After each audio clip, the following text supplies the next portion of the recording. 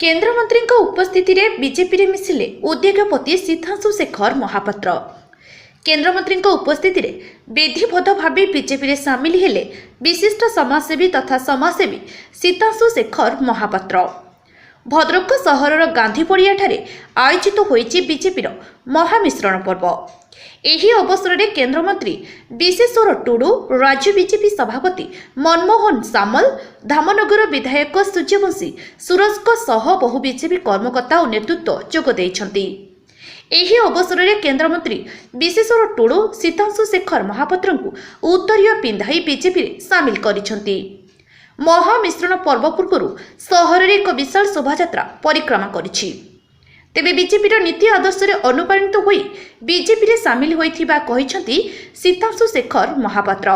देखो भारतीय जनता पार्टी नीति आदर्श उद्बोध हुई एवं आमर जो यशस्वी प्रधानमंत्री लोकप्रिय विश्व लोकप्रिय नेता माननीय श्रीजुक्त नरेंद्र मोदी को निजर आदर्श मानी आज मु मोर हजार हजार कर्मी सह विधिवत भाव भारतीय जनता पार्टी सामिल होली।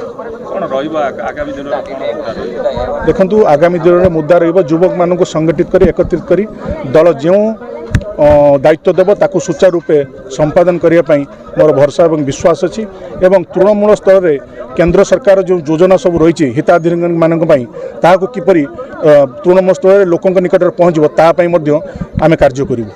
भद्रक जो विश्वविद्यालय भद्रक मेडिकल मुख्य प्रसंग रही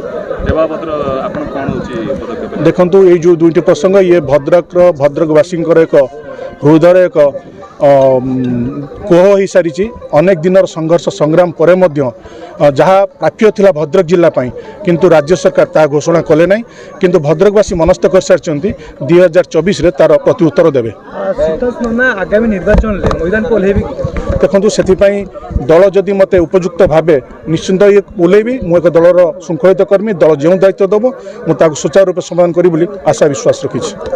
भद्रक जिलूर रमेश चंद्र पति रिपोर्ट, गूगल न्यूज।